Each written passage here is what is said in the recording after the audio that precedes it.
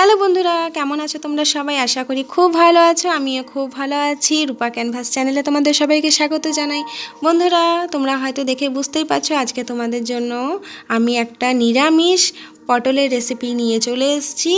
সবার আগে আমি 4 ফালি করে পটলগুলোকে কেটে অবশ্যই বীজগুলোকে বাদ দিয়ে দিয়েছি, যেহেতু আমার কর্তামশাই পটলের বীজ একদম পছন্দ করে না।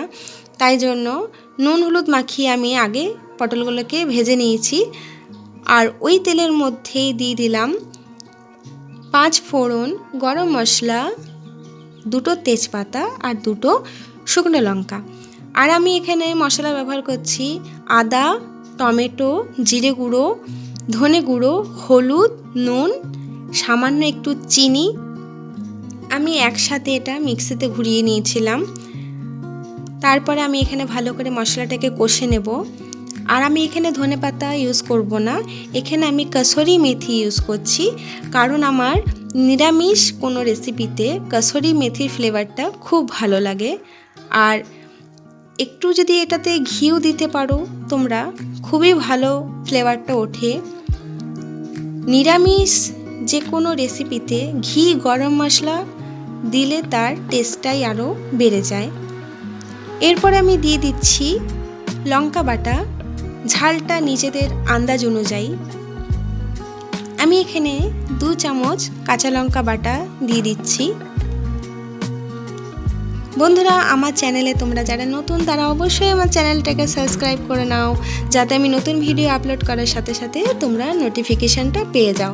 আর পাশে থাকা বেল আইকনটাকে অবশ্যই প্রেস করে রাখবে।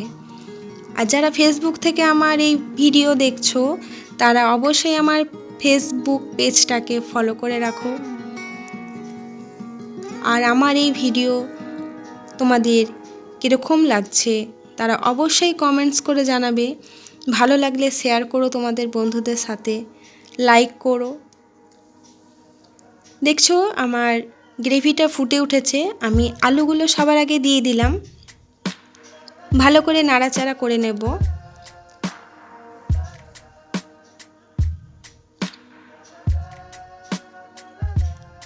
ভালো করে নেড়েচেড়ে নিচ্ছি। তারপর আমি দিয়ে দেব পটলগুলো। দেখছো ফুটে গেছে ভালো করে, আর আলুর কালারগুলো চেঞ্জ হয়ে গেল। ভালো করে আমার ফুটে গেছে। এবার আমি পটলগুলোকে দিয়ে দেব। ভেজে রাখা পটলগুলোকে আমি দিয়ে দিলাম। ভালো করে এবার আমি নাড়াচাড়া করে নেব, যাতে প্রতিটা সবজির গায়ে গ্রেভিটা লেগে যায় বা মশলাটা লেগে যায়।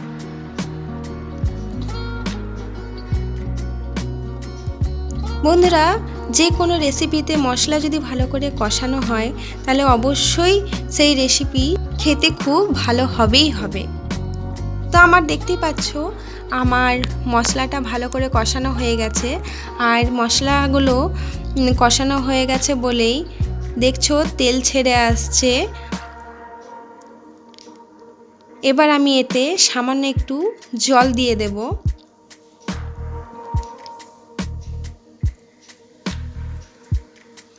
বন্ধুরা, এই রেসিপিটা তোমরা রুটি, পরোটা কিংবা গরম ভাতেও খেতে পারো। প্রচুর ভালো লাগে খেতে। একবার অন্তত বাড়িতে ট্রাই করে দেখো। আর যারা বাড়িতে গুরুজনরা নিরামিষ খান তাদের জন্য এই রেসিপিটা অবশ্যই ভালো লাগবে। কমেন্টস করে অবশ্যই জানিও আমার এই রেসিপি তোমাদের কীরকম লেগেছে। আবার একটা নতুন ব্লগ ভিডিও নিয়ে খুব তাড়াতাড়ি তোমাদের সামনে চলে আসবো। এখানেই শেষ করলাম। ভালো থেকো, সুস্থ থেকো।